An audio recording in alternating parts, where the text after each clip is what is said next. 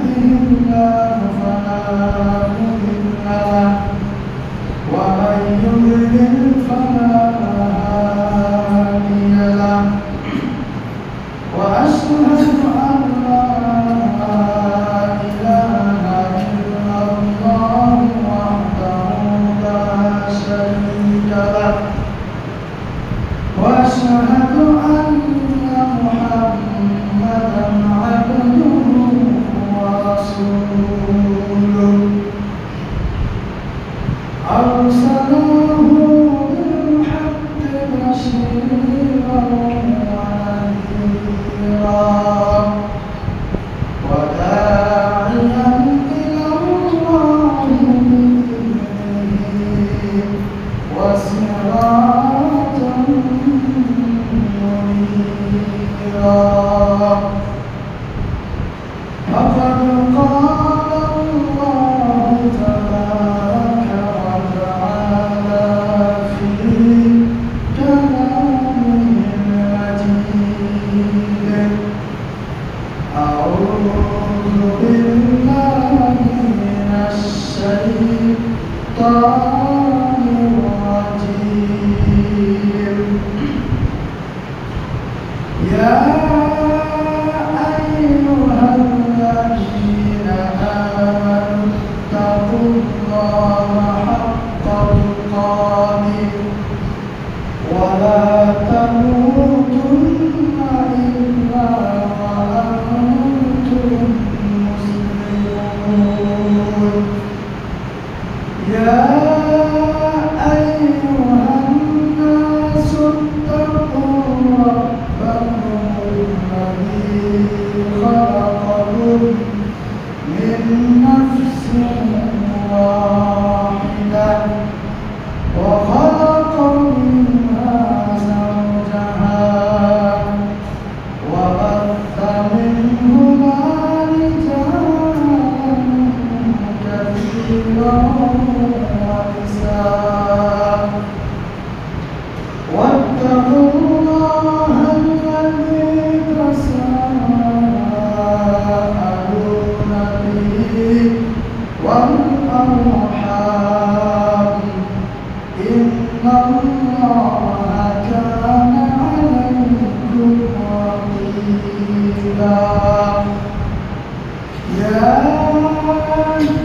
أيها الذين آمنوا اتقوا الله وقولوا قولا سديدا يصلح لكم أعمالكم ويغفر لكم ذنوبكم ومن يطع الله ورسوله فقد فاز فوزا عظيما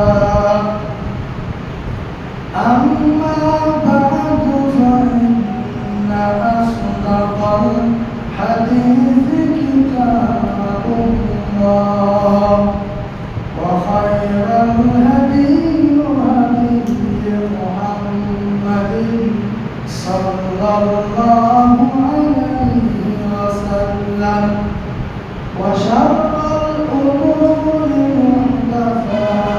محدثاتها وكل محدثة بدعة وكل بدعة ضلالة وكل ضلالة في النار أعوذ بالله من الشيطان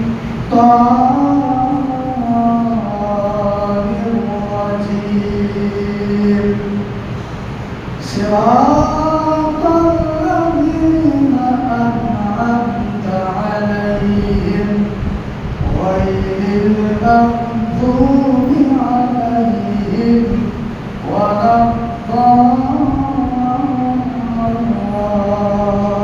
الضالين وقال تعالى في موضع آخر ومن يطع الله والرسول فأولئك مع الذين أنعم الله من النبيين والصديقين والشهداء والصالحين وحسن أولئك رفيقا وذلك الفضل من الله وكفى بالله عليما الحمد لله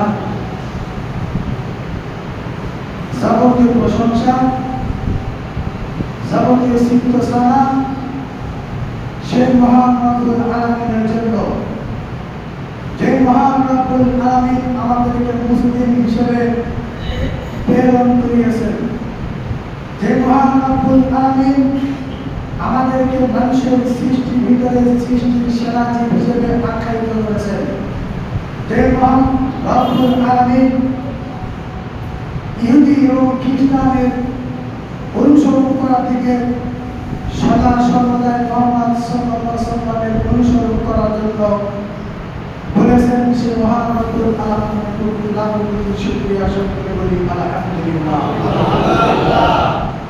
দরুদ ও সালাম বর্ষিত হোক সর্বযুগের সর্বশ্রেষ্ঠ মহামানব সাইয়্যিদুল মুরসালিন খাতামুন নবিয়্যিন রাহমাতুল লিল আলামিন শাফাআতের কান্দারী মায়মুনাতুল্লাহ তাজদার মদিনা মুস্তাফা আহমদ সাল্লাল্লাহু আলাইহি ওয়াসাল্লাম, যার অক্লান্ত পরিশ্রমে আমরা ইসলাম উপহার পেয়েছি, সেই নবীর প্রতি সংক্ষিপ্ত স্বরে দরুদ পাঠ করে সকলে বলি সাল্লাল্লাহু আলাইহি ওয়াসাল্লাম। সম্মানিত মুসলিম, আমরা যে বিষয়টি শুনতেছি তার যে সূরা ফাতিহার অনুবাদ এবং ব্যাখ্যা বিশ্লেষণ, আজকে ইনশাআল্লাহ সূরা ফাতিহাকে ইতি করার চেষ্টা করব। আমার তাওফীক ইল্লা বিল্লাহ আলাইহি তাওয়াক্কালতু ওয়া ইলাইহি উনীব। সম্মানিত উপস্থিতি, আল্লাহ রাব্বুল আলামিন সূরাতুল ফাতিহার ভিতরে সিরাতাল লাযিনা আন'আমতা আলাইহিম গায়রিল মাগদুবি আলাইহিম ওয়ালাদ-দাল্লিন, এই যে আয়াত, এর অর্থ হচ্ছে সিরাতাল লাযিনা আন'আমতা আলাইহিম। আমরা গত সপ্তাহে শুনেছি ইহদিনাস সিরাতাল মুস্তাকিম, তুমি আমাদেরকে সরল সঠিক পথ দেখাও। এরই হচ্ছে অংশ সিরাতাল লাযিনা আন'আমতা আলাইহিম। হে আল্লাহ, তুমি আমাদেরকে তাদের পথ দেখাও যাদেরকে তুমি অনুগ্রহ করেছো, যাদেরকে তুমি অনুদান দিয়েছো, যাদেরকে তুমি রহমত করেছো, করুণা করেছো। গায়রিল মাগদুবি আলাইহিম ওয়ালাদ-দাল্লিন, যারা মাগদুব, যারা হচ্ছে পথভ্রষ্ট, যারা হচ্ছে গজবপ্রাপ্ত, যারা হচ্ছে অভিশাপপ্রাপ্ত, যারা লানতপ্রাপ্ত, ওয়ালাদ-দাল্লিন, যারা পথভ্রষ্ট, যারা তাদের পথ আমাদের দেখায় না। এখানে সিরাতাল লাযিনা আন'আমতা আলাইহিম, যাদেরকে তুমি অনুগ্রহ করেছো তাদের পথে তুমি আমাদেরকে চালাও। কাদেরকে অনুগ্রহ করেছেন? আল্লাহ রাব্বুল আলামিন সূরা নিসার ভিতরে আরেকটি আয়াত দিয়ে স্পষ্ট করতেছেন, ওয়া মান ইউতি'িল্লাহ ওয়া রাসূল, যারা আল্লাহ এবং তার রাসূলের আনুগত্য অনুকরণ করবে, ফাউলাইকা মা'আল্লাযিনা আন'আমা আল্লাহু আলাইহিম, তাদেরকে আল্লাহ রাব্বুল আলামিন দয়া করবেন, তাদেরকে অনুগ্রহ করবেন, তাদেরকে চালাবেন। মা'আল্লাযিনা, তাদের সাথে, মিনান নাবিয়্যিনা, নবীদের সাথে, নবীরা যে পথে চলেছে তাদেরকে সে পথে চলতে হবে। নবীদেরকে তুমি যেভাবে অনুগ্রহ করেছো, নিয়ামত দিয়ে ভরপুর করেছো, নবীদেরকে যেভাবে সঠিক পথে চালিয়েছো তাদের মতো আমাদেরকে তুমি নিয়ামত দান করো। ওয়াসিদ্দিকিন, যারা সত্যবাদী, সত্যবাদীদেরকে যেভাবে নিয়ামত দিয়েছো। ওয়াসশুহাদা, যারা শহীদ হয়েছে শহীদদেরকে যেভাবে নিয়ামত দিয়েছো তাদেরকে যেভাবে চালিয়েছো। ওয়াসসালিহিন, যারা সত্যবাদী, যারা সৎ পথে চলেছে তাদেরকে যেভাবে চালিয়েছো, অনুগ্রহ করেছো, নিয়ামত দিয়েছো, আমাদেরকেও সেভাবে নিয়ামত দাও, তাদের মতো আমাদেরকেও চালাও। ওয়াহাসুনা উলাইকা রফিকা, তারাই হচ্ছে সর্বোত্তম সঙ্গী, তারাই হচ্ছে সর্বোত্তম বন্ধু। ওয়াযালিকাল ফাদলু মিনাল্লাহ, এটা হচ্ছে আল্লাহ রাব্বুল আলামিনের পক্ষ থেকে বিশাল অনুগ্রহ, অনুদান। ওয়াকাফা বিল্লাহি আলিমা, আল্লাহ রাব্বুল আলামিন সব বিষয়ে তিনি জানেন। এখান থেকে বুঝলাম এই সালাতের ভিতরে আমরা বলতেছি যাদেরকে তুমি অনুগ্রহ দিয়েছো, নিয়ামত দিয়েছো, তাদের পথে চালাও। নবীরা যে পথে চলেছে, সত্যবাদীরা যেভাবে চলেছে, শহীদ যারা হয়েছে তারা যেভাবে চলেছে, আমাদেরকে সিরাতাল্লাযীনা আন'আমতা আলাইহিম, যাদেরকে তুমি অনুগ্রহ দয়া করেছো, শহীদ পথে তাদেরকে চালিয়েছো, তাদের মতো আমাকেও চালাও। নিয়ামত বলতে কি বোঝেন? আন'আমতা, তুমি অনুগ্রহ করেছো। নিয়ামাতুন, নিয়ামত হচ্ছে অনুগ্রহ, দয়া, দান, রহম করা। আল্লাহ রাব্বুল আলামিন পৃথিবীতে যা কিছু দিয়েছেন আদম সন্তানের জন্য অনুগ্রহ, দান।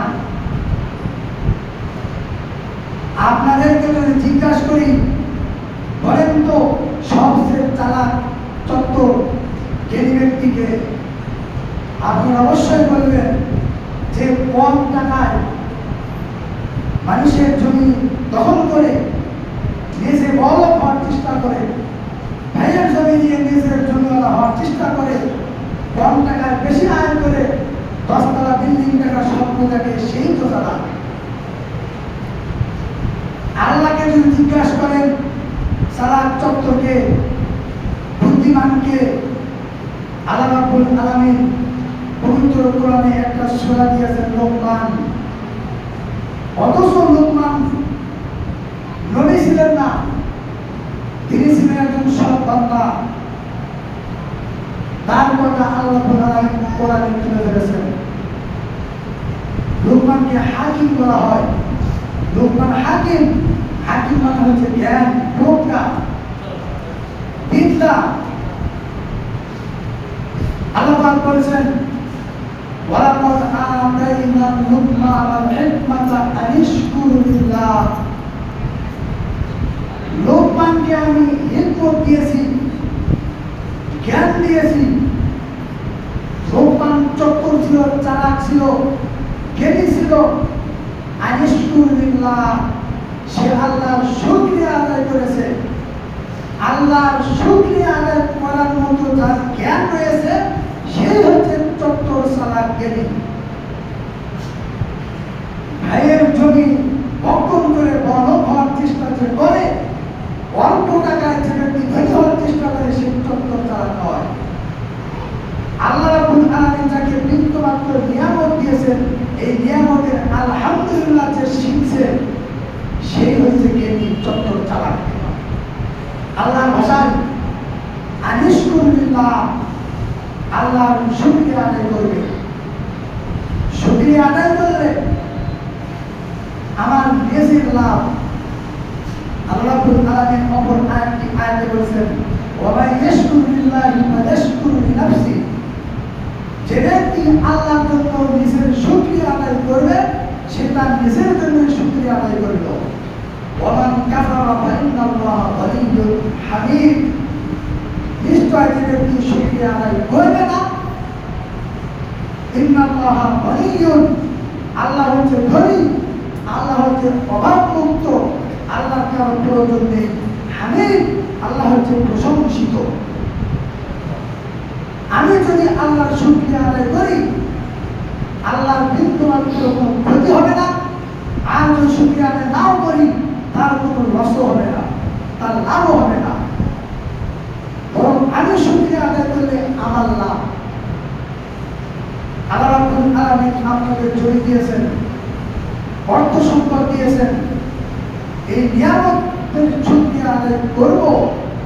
যদি শুকরিয়া আদায় না করি, তাহলে আল্লাহ রাব্বুল আলামিন এই নিয়ামতকে যখন তখন ছিনিয়ে নেবেন, ধ্বংস করে দিবেন। মনে রাখবেন, যে কোনো সরকারি চাকরিজীবী যে যেই চাকরি করুক না কেন, তার বেতন যদি 40,000 হয় আর মাসের খরচ যদি 60,000 হয়, তাহলে বাকি 20,000 পেল কোথায়? আমি একজন পুলিশের চাকরি করি, আমার বেতন হচ্ছে 60,000, মাসে গেলে হয় 1 লাখ, বাকি 40,000 টাকা। আমি একজন ওসি, আমি একজন ডিসি, আমি একজন এমপি, আমি একজন মন্ত্রী, আমি একজন কেরানি, আমি একজন হাই স্কুলের হেডমাস্টার, অথবা আরো যত রকমের চাকরি আছে, উকিলের চাকরি, জজের চাকরি, এই যে সমস্ত চাকরি আছে, মাসে যত বেতন একজন দিনমজুরি ব্যবসা করে খায়, তার মাসে যদি 70,000-80,000 টাকা আয় হয়, সে 30 বছর পরে তার জায়গা কিনে বস্তালা বিল্ডিং করা স্বপ্ন দেখে। আর সরকারি চাকরি করে ঘুষ খেয়ে 3 বছরের চাকরিকে 5 বছর চাকরি না করতে সে বস্তালা বিল্ডিং করে যাবে। এই যে আল্লাহ রাব্বুল আলামিন যতটুকু নিয়ামত দিয়েছেন, এই নিয়ামতে যদি শুকরিয়া আদায় করি, আমার নিজের জন্য লাভ হবে। শুকরিয়া আদায় করি বা না করি, আল্লাহ 4 পয়সা কোনো ক্ষতিও হবে না, 4 পয়সা কোনো লসও হবে না, লাভও হবে না। ভাইরা আমার, সিরাতাল্লাযীনা আন'আমতা আলাইহিম, বলছিলাম সূরা ফাতিহা হচ্ছে পুরো কোরআনের সার-নির্যাস। আজকে দীর্ঘ কয়েকটি সপ্তাহ ধরে সূরা ফাতিহা, তারপরও কিছু কিছু কথা বাদ করে গেছে। সূরা ফাতিহার অনুবাদ, সার-নির্যাস, ব্যাখ্যা বিশ্লেষণ যদি আরো আমরা বিস্তারিত শুনি, আরো 2-4 সপ্তাহ যাবে। নিয়ামত কোনটা?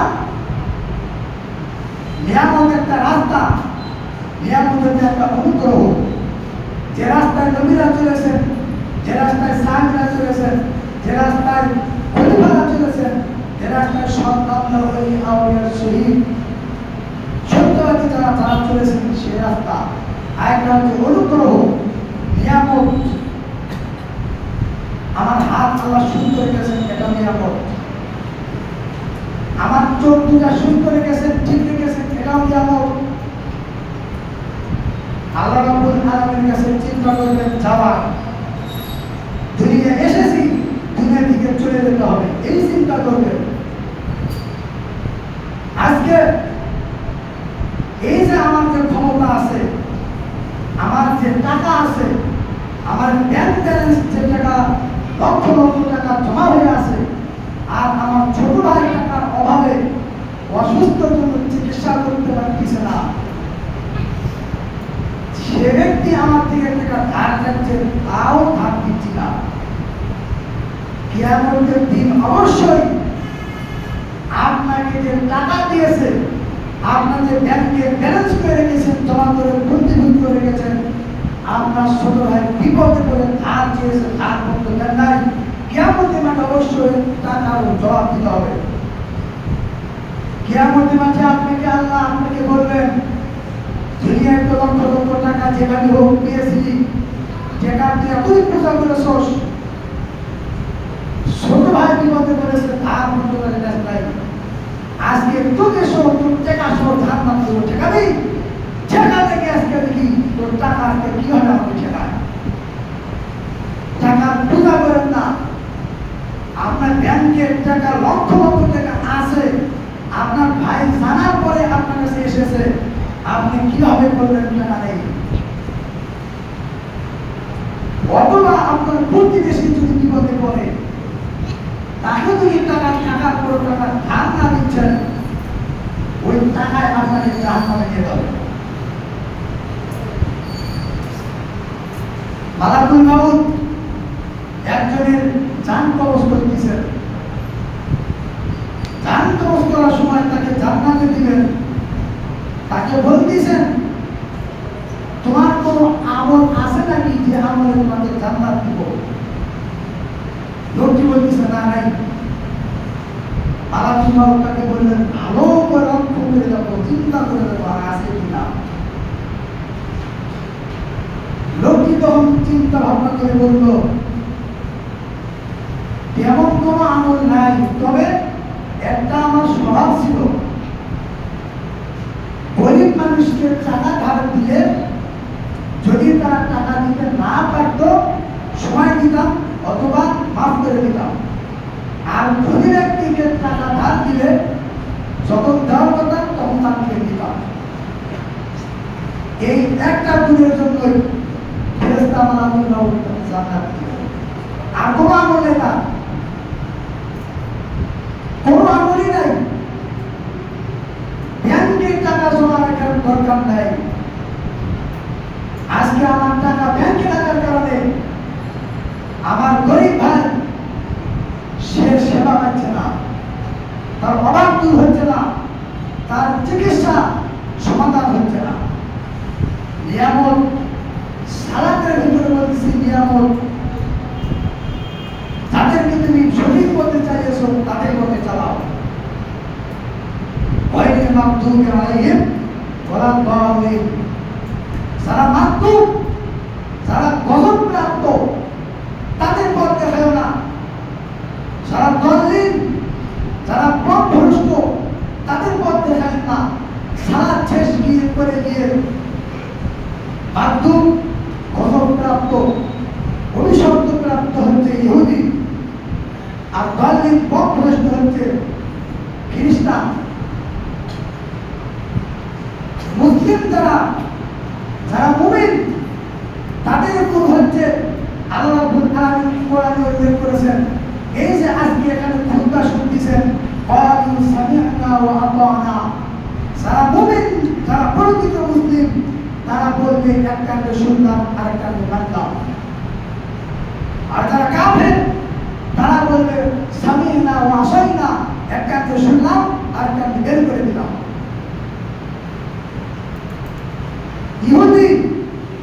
ইহুদি জ্ঞান নেই কিন্তু আমল আছে, এজন্য অভিশপ্ত। জ্ঞান ছাড়া আমল করে লাভ নাই। সে আমল করবেন, সে আমল যদি জ্ঞান না থাকে, ওই বিষয় যদি নাই জানেন, নাই যদি পড়ালেখা না করেন, তাহলে সে আমল করে লাভ নাই। ইহুদিরা হচ্ছে অভিশপ্ত, গজবপ্রাপ্ত, তাদের আমল নেই, এলেম আছে। আর খ্রিস্টান যারা, তারা হচ্ছে পথভ্রষ্ট, তাদের আমল আছে, এলেম নাই, আমল আছে, এলেম আছে, আমল নাই। যারা হচ্ছে খ্রিস্টান তাদের এলেম আছে, আমল নাই, এই জন্য হচ্ছে তারা পথভ্রষ্ট। আল্লাহ রাব্বুল আলামিন ওই ইহুদি, খ্রিস্টান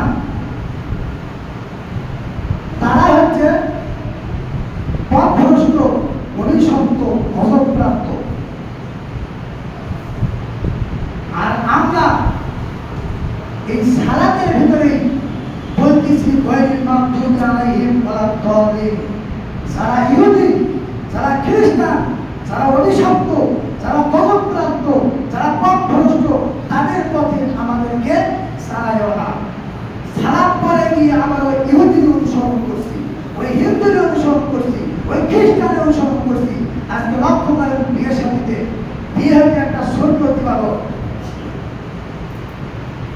এই সুন্নত ইবাদতে আজকে যতগুলো কাজ করা হয় সবগুলো হিন্দুর তৈরি। লক্ষ টাকা খরচ হয়, সে বিয়েতে সবচেয়ে স্বল্প ব্যয় হয়, কম ব্যয় হয়, সেটা হিসেবে বিয়েতে বর্গ হয়। এই বিয়ে উপলক্ষে 3 দিন 4 দিন 7 দিন আগে লাল বাতি রাখি। এই যে অপচয় হচ্ছে, এই টাকার জবাব দিবে কে? 7 টাকা তাকেই দিতে হবে। আজকে বিয়ের সাথে ব্যাপারে ছেলেকে বিয়ের পক্ষ থেকে এসে গায়ে হলুদ দিয়ে মাখামাখি করতেছে, ছেলে পক্ষ থেকে বিয়ে বাড়িতে যাচ্ছেন বিয়ের গায়ে হলুদ দিতে। এই যে হিন্দুর তৈরি বিয়ের সাথে বাড়িতে সব ধনী লোকরা পায়, গরিব লোকরা পায় না। এটা হচ্ছে মুসলিমের সংস্কৃতি। এইভাবে প্রত্যেকটা ক্ষেত্রে সালাতের ভিতরে বলতেছি ইহুদি খ্রিস্টানদের পথে আমাদেরকে চালিও না, চালাইও না। সালাত করে গিয়ে আমার ছেলে মাথার সাত দিয়েছে, কাটিং দিয়েছে, তালে গাছ, সামনের চুল সমান, পিছনের চুল লম্বা, আমি পিতা, আমি তাকে কিচ্ছু বলি নাই। আমি আশ্রয় দিয়েছি ওই ইহুদির অনুসরণ করার জন্য। আজকে আমার ছেলে পায়ের টাক উঠেছে, কাপড় পরতেছে, আর আমার মেয়ে টাক উপরে কাপড় পরতেছে।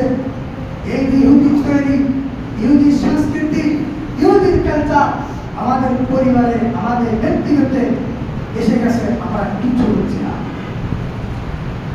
প্রত্যেকটা ক্ষেত্রেই সে বিজাতীয় অমুসলিম ইহুদি খ্রিস্টানের পণ্য, তাদের আসবাবপত্র, বিভিন্ন জিনিস আমরা ব্যবহার করছি।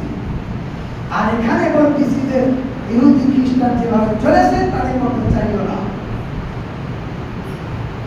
শোনেন, বিভিন্ন মসজিদের ইমাম, আজকে এই মসজিদের আমি ইমাম হিসেবে আমার যে সম্মান, সে সম্মান করবেন, তার চেয়ে বেশিও করবেন না, তার চেয়ে কমও করবেন না। যখনই বেশি করতে যাবেন তখনই প্রতিভক্তি চলে লক্ষণ হবে। ঈসা আলাইহিস সালামকে বেশি ভক্তি করেছিল, তার যে সম্মান, নবী হিসেবে যে সম্মান, সে সম্মান না করে তাকে এত সম্মান করেছে, সম্মান করতে করতে মাথায় তুলেছে, সম্মান করতে করতে এক পর্যায়ে তাকে আল্লাহর সন্তান হিসেবে রয়েছে। আল্লাহ নবী সাল্লাল্লাহু আলাইহি ওয়াসাল্লাম এটা বলেছেন, লা তাদরুনি, তোমরা আমার সম্মান বেশিও করবে না, কমও করবে না। আমি নবী হিসেবে যেরকম সম্মান করা আমি যোগ্য, সেই সম্মান করবে। লা তাদরুনি কামা হাদারাতুন নাসারা, ইহুদিরা যেভাবে ঈসাকে নিয়ে বাড়াবাড়ি করেছে, আমাকে ওরকম বাড়াবাড়ি করবে না। আমাকে যখনই বেশি ইমাম হিসেবে সম্মান করে মাথায় তুলবে, তখনই কোনো অপরাধ অন্যায় হলে অন্যায় মনে হবে না। সম্মান উপস্থিতি,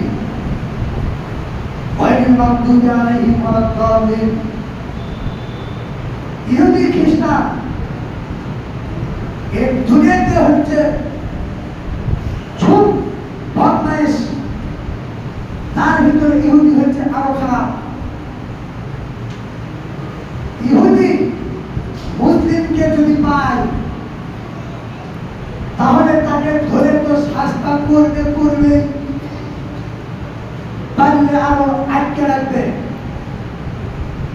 আজকে আমরা মুসলিম হিসেবে ব্রাজিল, আর্জেন্টিনা, সেই ইহুদি দেশকে আমরা ভালোবাসছি, তাদের পতাকাকে একটা আমরা শ্রদ্ধা করতেছি। আর ওই ইহুদি যদি জানে তুমি মুসলিম, আমাকে ভালোবেসে আমাকে শ্রদ্ধা করে ব্রাজিল, আর্জেন্টিনার পতাকা বাড়ির ছাদে উপরে ঝুলে রাখেছ, যদি জানে যে আপনি টয়লেটে পড়েছেন, তাহলে আরো একটা টয়লেট আপনার মাথার উপরে দেবে। এই হচ্ছে ইহুদি। আজকে আমরা সেই ইহুদিরই অনুসরণ করছি। ভাইয়েরা আমার, আল্লাহ রাব্বুল আলামিন এই যে সূরাতুল ফাতিহা আমাদের সালাতে পড়তেছি, অর্থ মোটামুটি বুঝলাম। এই অর্থ অনুপাতে যদি আজকে আমরা চলতে পারি, তাহলেই আমাদের পরবর্তী জীবন সাকসেস। বড় সফলতা কি? আমি সরকারি চাকরি করেছি, মাসে 1,20,000 টাকা চাকরি করেছি। আমার দুটো ছেলেকে MBBS doctor, engineer, BCS cadre, London থেকে পিএইচডি করার জন্য পাঠিয়েছি। আমার একটা মেয়ে, সেও মাসে 1.5 লক্ষ টাকা কামাই করতেছে। আমি তো সফল, আপনি সফল নন। আল্লাহ রাব্বুল আলামিন বলেছেন, ফামান যুহজিহা আনিন নার ওয়া উদখিলাল জান্নাতা ফাকাদ ফাজ। যাকে জাহান্নাম থেকে মুক্তি করে জান্নাতে ঢোকানো হবে, সে হচ্ছে বড় সফলতা। এই দুনিয়ার সফলতা নয়, আসল সফলতা অপেক্ষা করতেছে দুর্যোগ বন্ধ হয়ে যাওয়ার পর। দুর্যোগ বন্ধ হয়ে যাওয়ার পর যদি কবরে আমার আলো জ্বলে, মুনকার নাকি যে প্রশ্ন করবেন তার সওয়াল যদি ঠিক করে দিতে পারি, আসল হিসাব মাঠে যদি আমি আমার আমল নামা দিয়ে যদি পুলিশিলাম পার হয়ে যেতে পারি, জাহান্নাম থেকে মুক্ত হয়ে জান্নাতে যেতে পারি, তাহলে আমার বড় সফলতা। ওটাই হচ্ছে আমার সফলতা। দুনিয়াতে আমি ছেলেকে বিসিএস করাইছি, ইঞ্জিনিয়ার বানিয়েছি, লক্ষ লক্ষ টাকা দিনে দিনে কামাই করতেছে, এটা সফলতা নয়। দুনিয়াতে যতদিন বাঁচতে, যতদিন আমি আপনি আসি, ইবাদত বন্দেগী করতে হবে। ইবাদত বন্দেগী ছাড়া কিন্তু কোনো পথ নেই। টাকার পূজা করেন না, মানুষের পূজা করেন না, সেই কবর খানকার পূজা করেন না, মাজারে গিয়ে সিজদা করেন না, আল্লাহ রাব্বুল আলামিনের কাছে মাথা নত করেন, তাহলে আপনার জীবন সফলতা হবে। সফলতা আছে এখানে, আল্লাহর জন্য একটা সিজদা দিলে লাভ আছে। আজকে কালকে দেখলাম ফেসবুকে একটা ভিডিও, সে কিশোরগঞ্জের বাংলা মসজিদ থেকে 8 বস্তা টাকা পেয়েছে তার লস থেকে। এখানে যারা টাকা দান করেছে তাদের পাপ হয়েছে, নেকি হয়েছে? অবশ্যই তাদের পাপ হয়েছে। এই টাকা যারা করতেছে তাদেরও পাপ হবে। এই টাকা নিয়ে যে কাজে লাগাবে, সে কাজ করাও পাপ হবে। আমরা আসলে জানি, আজকে থেকে 550 বছর পূর্বে হানাফির একজন পণ্ডিত মোল্লা আলী কারি সাহেব, এই মোল্লা আলী কারি সাহেব তিনি বলেছেন, পৃথিবীতে আজ পর্যন্ত একমাত্র মুহাম্মদ সাল্লাল্লাহু আলাইহি ওয়াসাল্লামের কবর কোথায় জানা যায়, আর কোন নবীর কবর জানা যায় না কোথায়। তাহলে কি করে ওই কিশোরগঞ্জের পাগলা মসজিদ, পাগলা নাম হয়, মসজিদ হয়? ওই মঈনুদ্দিন চিশতি বলেন তো বড় পীরকে? আল্লাহ রাসূল। আল্লাহ রাসূলের পরে বড় পীরকে আবু বকর। তারপরে বলা যায় বাইজি গোস্তামি বড় পীর ছিলেন। পীর মানে হচ্ছে আল্লাহওয়ালা, পীর মানে হচ্ছে মুরব্বী, পীর মানে হচ্ছে জ্ঞানী। আজকে এই যে আমাদের হালাল টাকা বেহালালি ভাবে খরচ করতেছি, বেকাজে খরচ করতেছি, খরচ করার পূর্বে, দান করার পূর্বে চিন্তা ভাবনা করতে হবে। কোন পাগলার কবর, কোন ওলি আউলিয়ার কবর, কোন গাউস কুতুবের কবর, একমাত্র মুহাম্মদ সাল্লাল্লাহু আলাইহি ওয়াসাল্লাম ছাড়া আর কোন নবী, কোন সাহাবী, কোন খলিফা, কোন তাবেঈন, কোন খালফ, কোন সালাফ, কোন ব্যক্তি আল্লাহ ওলিয়ার কোন কবর কার কোথায় রয়েছে জানা নাই। তাহলে যে কবরে মাজারের নাম দিয়েছেন, সে কবর কার কবর আপনি কিভাবে বুঝলেন? কিভাবে বুঝলেন? ছেলেকে যে মাজার রয়েছে, সে মাজারে আদৌ পর্যন্ত সে মাজারে মানুষ নাই, সেখানে আছে জুতা, কবরে আছে জুতা। জুতা কবর দিয়ে পাকা করে নাম দিয়েছে আর সেখানে লক্ষ লক্ষ মানুষ বাজারে গিয়ে দান করতেছে, শিরকাও করতেছে। আল্লাহ রাব্বুল আলামিন এই সমস্ত শিরক, এই সমস্ত কুসংস্কার, এই সমস্ত ইহুদি খ্রিস্টানদের যে কালচার, স্বভাব, সাংস্কৃতিক যে রয়েছে, আল্লাহ রাব্বুল আলামিন সেখান থেকে আমাদেরকে বিরত করুন বলে আমিন।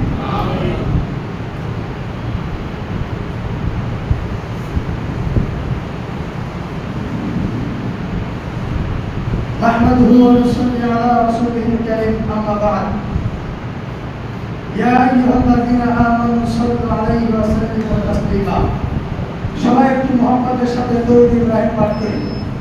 আল্লাহুম্মা সাল্লি আলা মুহাম্মাদ ওয়া আলা আলি মুহাম্মাদ কামা সাল্লাইতা আলা ইব্রাহিম ওয়া আলা আলি ইব্রাহিম ইন্নাকা হামিদুম মাজিদ।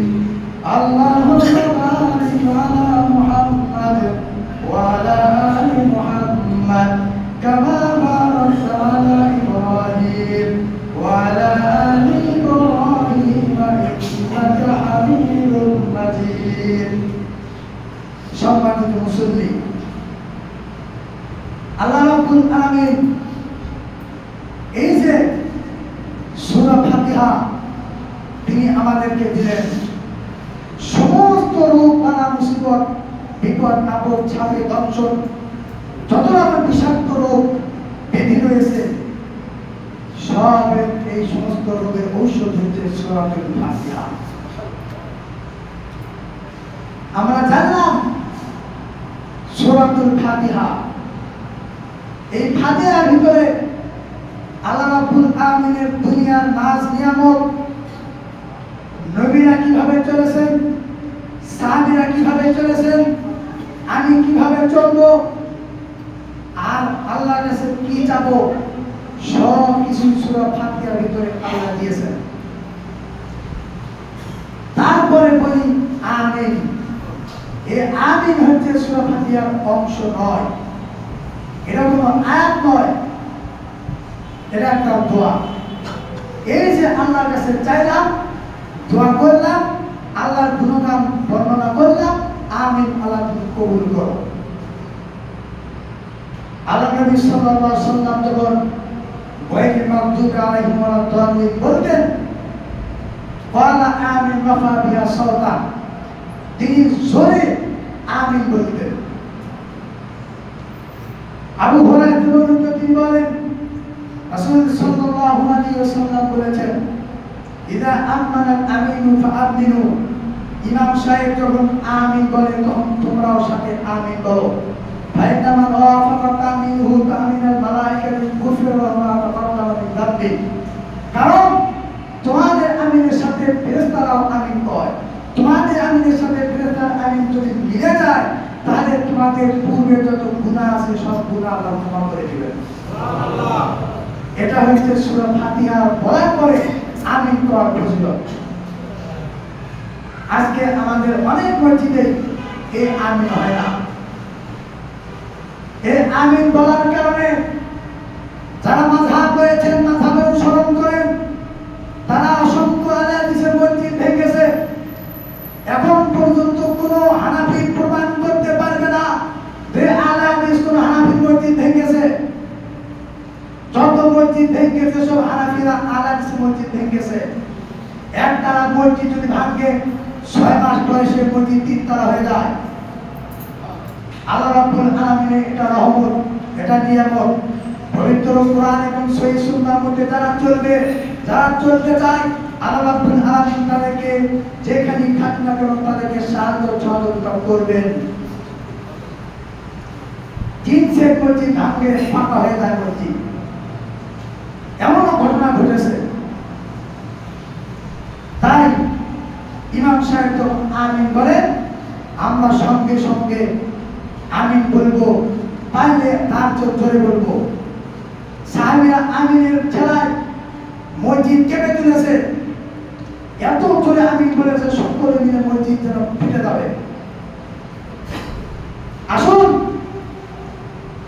যেদিন দাজ্জাল আসবে, দাজ্জাল আসার বেশি দিন নেই, সূরা ফাতিহা জানলাম, সালাতের ভিতরে অজুর গুরুত্ব, তারপরে সালাতের ভিতরে ওয়াজিব রুকুন, এই বিষয়ে 2 দিন খুতবা দেওয়ার পরে ইনশাআল্লাহ কিয়ামতের আলামত ধরে বিস্তারিত আলামত বর্ণনা করব ইনশাআল্লাহ। দাজ্জাল আসার বেশি দিন নেই, কিয়ামতের ছোট ছোট আলামত সব প্রকাশ পেয়েছে। কিয়ামতের একটি আলামত, মসজিদের ভিতরে দুনিয়াবি কথা হবে। কিয়ামতের আলামত, মসজিদ চাকচিক্য হবে, মুসল্লি থাকবে না। কিয়ামতের আলামত, মসজিদ দিয়ে মানুষ গর্ব করবে, আমাগো মসজিদ, তোমাগো মসজিদ কি, আমাগো মসজিদ দেখে আসো, এইভাবে গর্ব করবে। আসুন আজকে আমরা যারা সুস্থ রয়েছি, আমাদের জ্ঞান বুদ্ধি ঠিক রয়েছে, আযান শুনতেছি, আযান শোনার পরও যারা মসজিদে আসতেছি না, তারা হচ্ছে মুনাফিক।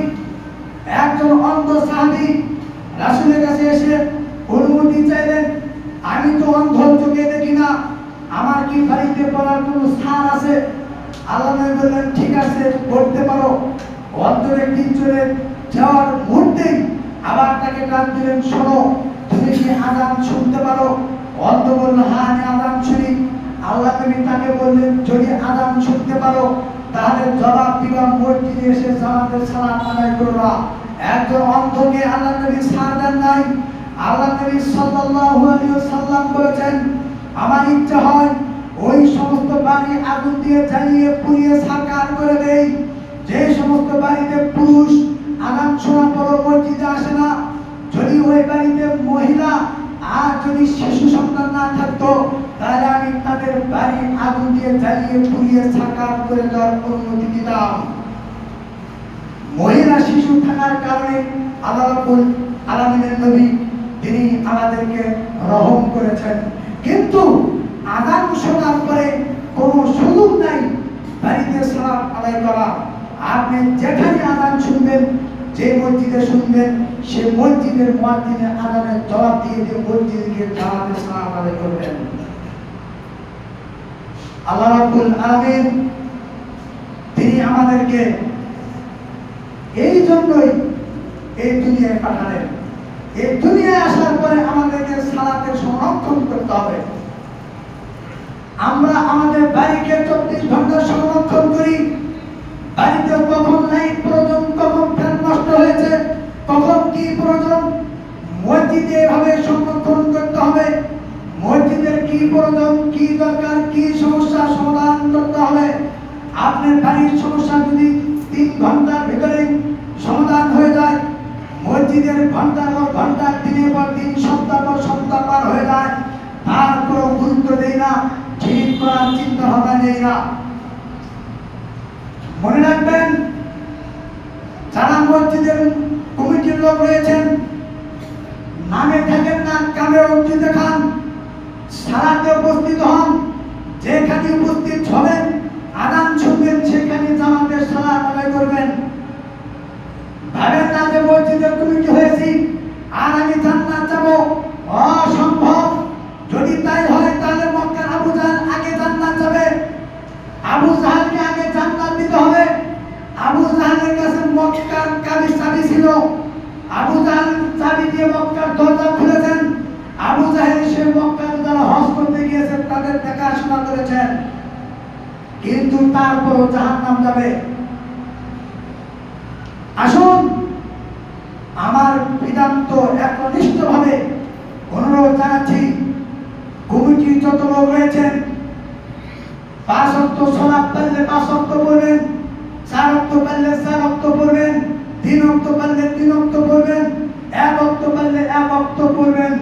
অবশ্যই এখানে এসে উপস্থিত হতে হবে, নামাজ পড়তে হবে। বাকি ওয়াক্ত যেখানে থাকবেন, আযান যেখানে শুনবেন, সেখানে সালাত করতে হবে। মনে কিছু করেন না, কড়াকড়ি করে না বললে হবে না। এতদিন পড়ার পরও কেন কমিটির লোক মসজিদে দেখা যাবে না? এতদিন পড়ার পরও কেন লজ্জা শরম হবে না? এতদিন পড়ার পরও কেন যুবক, এত বড় দুঃসাহস আপনাদের কি করা হয়? আপনি সালাত আদায় করলে আমার কোনো লাভ নেই, আপনি সালাত আদায় না করলেও আমার কোনো লাভ নেই। তবে আমি চাই এই সালাতের জন্য যেন আমার কোনো মুসল্লি কিয়ামত মাঠে ধরা না খায়। আমি চাই এই সালাতের জন্য যেন আল্লাহ রাব্বুল আলামিন কোনো আমার এই মুসল্লিকে পাকড়াও না করে। আল্লাহ রাব্বুল আলামিন সমস্ত মুসল্লি কমিটিকে সালাতের গুরুত্ব বোঝার তৌফিক দান করুন, বলি আমিন। পাঁচ ওয়াক্ত সালাত যেখানে থাকি আযান শুনবো সেখানে পড়ার তৌফিক দান করুন, বলি আমিন। আমাদের ঈমানকে তুমি মজবুত করে দাও, বলি আমিন। তুমি আমাদের এই নরম, এই শক্ত পাথরের মতন এই হৃদয়টা তুমি গলে নরম করে দাও, বলি আমিন। আমাদের জাহান্নামের কথা স্মরণ হলে যেন আমরা জাহান্নামকে ভয় করতে পারি, বলি আমিন। মৃত্যুকে স্মরণ করে যেন আমরা মৃত্যুকে স্মরণ করতে পারি, কবর আযাবকে যেন স্মরণ করতে পারি, বলি আমিন। আল্লাহ রাব্বুল আলামিন আমরা যারা দুনিয়াতে সুস্থ অসুস্থ রয়েছি, যারা অজানা যারা অসুস্থ, সক্রিয় অসুস্থ, তুমি সবাই কামিল আজরা দান করো, বলি আমিন। আল্লাহ রাব্বুল আলামিন যারা ঋণগ্রস্ত, প্রত্যেকের ঋণকে আমরা আমাদের ঋণকে তুমি পরিশোধ করার ব্যবস্থা করো, বলি আমিন। আল্লাহ রাব্বুল আলামিন যারা অভাবে সংকটে রয়েছেন, আমাদের সকলের অভাব সংকট দূর করে দাও, বলি আমিন। আমাদের যাতে সৎ ইচ্ছা, আমাদের সমস্ত ব্যক্তির সৎ ইচ্ছা কবুল করো, বলি আমিন। আল্লাহ রাব্বুল আলামিন দেশে বিদেশে যারা যেভাবে রুজি রোজগার করছি, প্রত্যেকের রুজিকে কামায় বারাকা দান করো, বলি আমিন। বাকি সালাতের পরে জানাজা আছে। আমাদের গাবতলা বাজারের মজনু ভাই, তার স্ত্রী দুনিয়া থেকে চলে গিয়েছে। বাকি সালাতের পরে আমাদের মাঠে জানাজা হবে। আপনারা জানাজা পড়ে ইনশাআল্লাহ যাবেন। আমরা যারা দান করেছি, দান করতেছি, আল্লাহ তুমি আমাদের সমস্ত দানকে কবুল করো, বলি আমিন। রব্বানা যালামনা আনফুসানা ওয়া ইল্লাম তাগফির লানা ওয়া তারহামনা লানাকুনান্না মিনাল খাসিরিন।